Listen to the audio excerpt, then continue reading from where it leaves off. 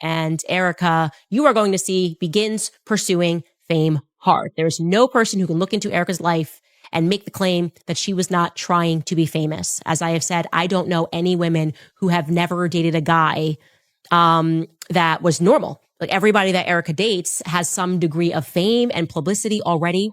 Traveling, I love it. I'm all for it. I'm up for anything. I want to learn. I want to be able to use this opportunity and harness all the things that I can learn from it and be able to just inspire people. Do you think it's a coincidence that like this happens to be the university that Jeffrey Epstein was pouring all of his money into, by the way, and he's facilitating models from Romania beginning in 2009? Do you think all of this is just one big coincidence and we are the conspiracy theorists? What if the woman carrying the name of one of the most recognizable figures in conservative media had a past that nobody was ever supposed to dig up? That is the question circling Erika Kirk right now. And it isn't coming from nowhere. A tape has resurfaced, and what makes this one different from anything before it is that Erika isn't just on camera talking about her career. According to people who've gone through the footage frame by frame, she is casually dropping references to international work in Romania, military officials, and Epstein-connected investigations as if they're just another line on a resume. Once you hear that, and then you actually line up her full timeline from the beginning, the word coincidence starts to feel very heavy. Everybody that Erika dates has some degree of fame and publicity already in their lives, and that clearly attracts her. And that just is Erika's life. It's a fact of Erika's life. And like I said, she lies all the time. That started with her dating Tyler JT Massie. In March, we know that Erika is going to begin dating somebody else. And his name is JT Massie. And he's a minor league baseball player. She's not dating nobodies. Okay? She wants to know what you're going to do. So let's go back. Because before there was Charlie Kirk, before the pageant crown, before any of the charity work abroad, there was a much younger version of Erika who by most accounts was chasing exactly one thing: proximity to power and the kind of fame that comes with it. People who've gone through her history closely describe a pattern that's hard to ignore once you see it. According to those who've studied her timeline, every man Erika was romantically linked to before Charlie already had some level of public visibility or influence. That reportedly started with a minor league baseball player named JT Massie and a very telling audition tape that a lot of people online have now seen. We think we know each other pretty well, but I'm sure the strain and the different challenges that Amazing Race would bring out, you don't really know what to be prepared for. So that the fear of the unknown would be kind of a conflict. Kind of see what to expect out of the person when they are at that level of sleep deprivation or at that level of stress. Right. The Amazing Race tape is something else. What you're watching is two young people, reportedly in what old Instagram posts and captions suggest may have been a serious, possibly even engaged relationship, trying to pitch themselves as the chaotic, fun, camera-ready couple that reality TV producers live for. But here's the part people noticed. The Erika in that tape is completely unrecognizable compared to the version that exists publicly today. She is loose, flirtatious, leaning into the camera, making jokes about physical appeal, playing to the producers. It wasn't a problem. It was a performance, and she was clearly good at it. Really handsome. You look gorgeous. Are you fixing my... I got a little bacon. Babe, that's deep in there. Give them a cleavage. People want cleavage. Showcase it. Sells, babe. Sells. That's me. That's against religion. It's not within the confines of marriage. But the Amazing Race tape was just the beginning, because another piece of footage started circulating around the same time, one that would raise completely different questions. This one reportedly shows Erika auditioning for a fashion reality competition called House of Dief, tied to legendary designer Diane von Furstenberg. The show ran for 2 seasons, 2014 and 2015, and according to people piecing her timeline together, Erika was going after that spot too. And the things she says in the audition are what made people start paying closer attention. Interview. She openly tells the camera she never went to fashion school. She admits she doesn't know how to sew. She has no formal design background whatsoever. But she doesn't try to hide any of that. Instead, she leans hard into something else entirely. She describes herself as extremely coachable, completely trainable, and someone who never needs to be told twice. And then she says the line that made people rewind it. And presenting herself as someone who could bring personality and drama to reality TV. Calm, cool, and collected. I have my pretty boy right here for that. Cold as ice. As cold as ice. I love when you pet my face. I know your beard's really soft. Yeah. But yes, pick us. Please. We will not let you down. She says, reportedly, that if someone tells her she needs to be on a plane in 30 minutes, she's already packed and walking out the door. I'm kind of like a gypsy, she reportedly says. I don't mind living out of a suitcase. And here's the part people miss. Diane von Furstenberg is not just a name in fashion. She is a fixture inside the same elite networks, political, financial, celebrity, that have come under a very different kind of scrutiny over the past several years. And more specifically, her son Alexander von Furstenberg reportedly appears inside Jeffrey Epstein's infamous Little Black Book. That detail is not in dispute. The document has been reviewed publicly. And photographs from the mid-2000s allegedly show Ghislaine Maxwell attending DVF fashion events during the exact window that Epstein's social network was operating at full force across Manhattan and Palm Beach. Does any of that connect Erika directly? No, there is no confirmed link. But when you're tracing a picture, every piece of context counts. And the context keeps coming. Around that same period, Erika also moved into the pageant world.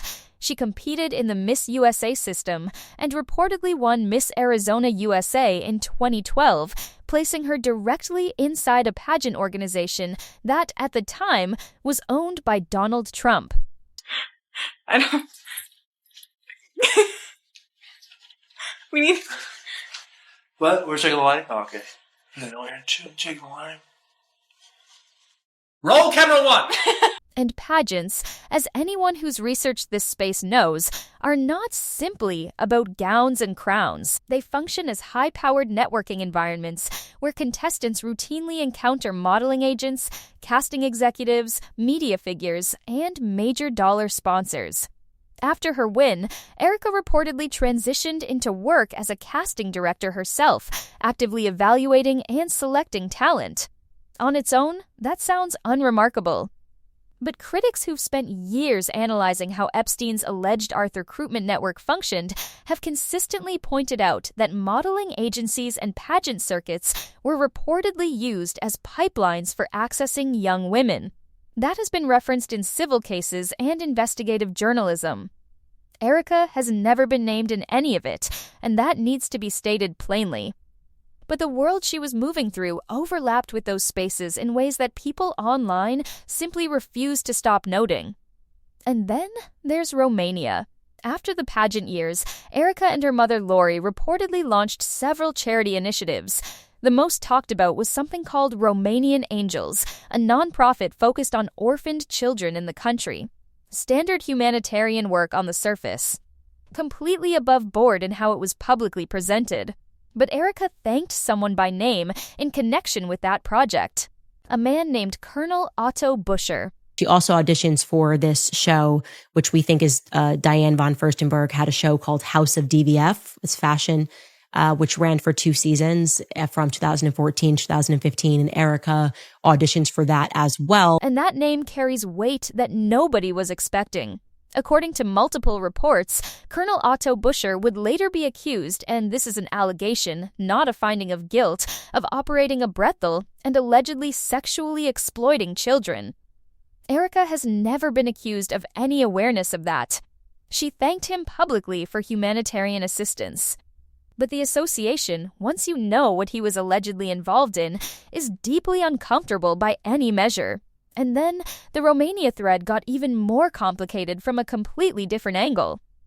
Because around the same time people were revisiting those charity connections, newly unsealed documents tied to Epstein-related civil litigation allegedly revealed a financial detail that stopped people cold.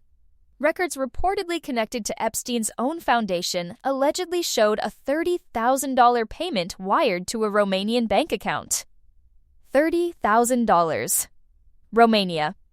Reportedly during the same general window when Erika was making multiple documented trips to the country. I'm at a great point, just career-wise to be able to take on this type of endeavor. And I feel like I have something very unique to offer this whole experience in general. Like I said, I'm very coachable. I'm very trainable. And I'm the type of person that I don't need all the time in the world to get ready. Now, and this cannot be said clearly enough, there is zero confirmed evidence tying that payment to Erika Kirk in any way. None. What exists is a timeline, a set of overlapping data points that people online have been lining up and asking about, and that conversation has been picking up speed, not losing it, because commenters, many of them from Eastern Europe, began pointing out that Epstein's alleged SXTR at FF-ficking network specifically and reportedly targeted Eastern European women, with Romania appearing repeatedly in the broader investigation. Someone online noted, and this captures the general sentiment, that the geographic pattern seemed too deliberate to be random. And then the tape at the center of all of this resurfaced. And that's where it gets messy, in a way that nobody was entirely prepared for.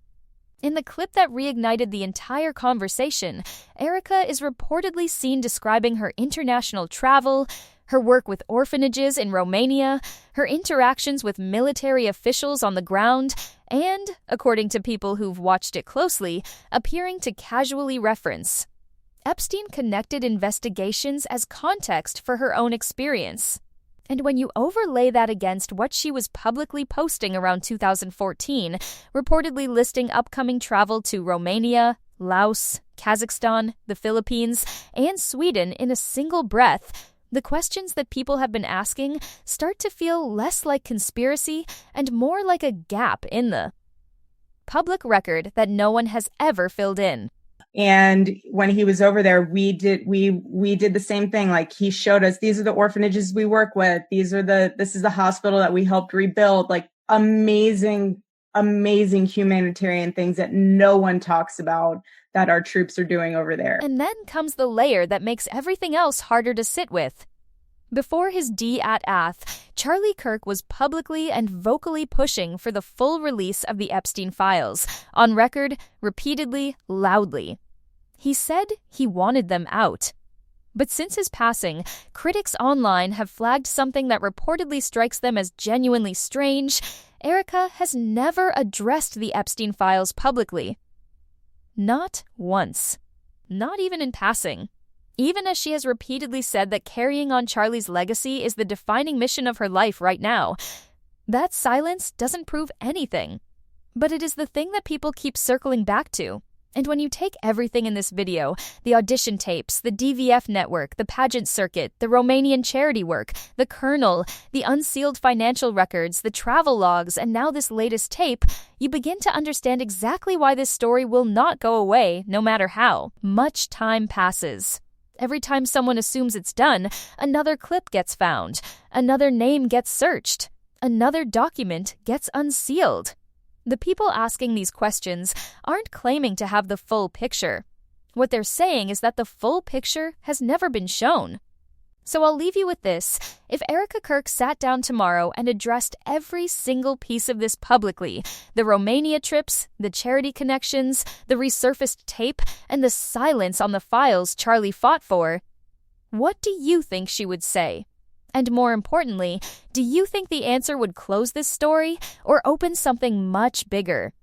Leave it in the comments, because the documents people are digging through right now, this is nowhere near the end.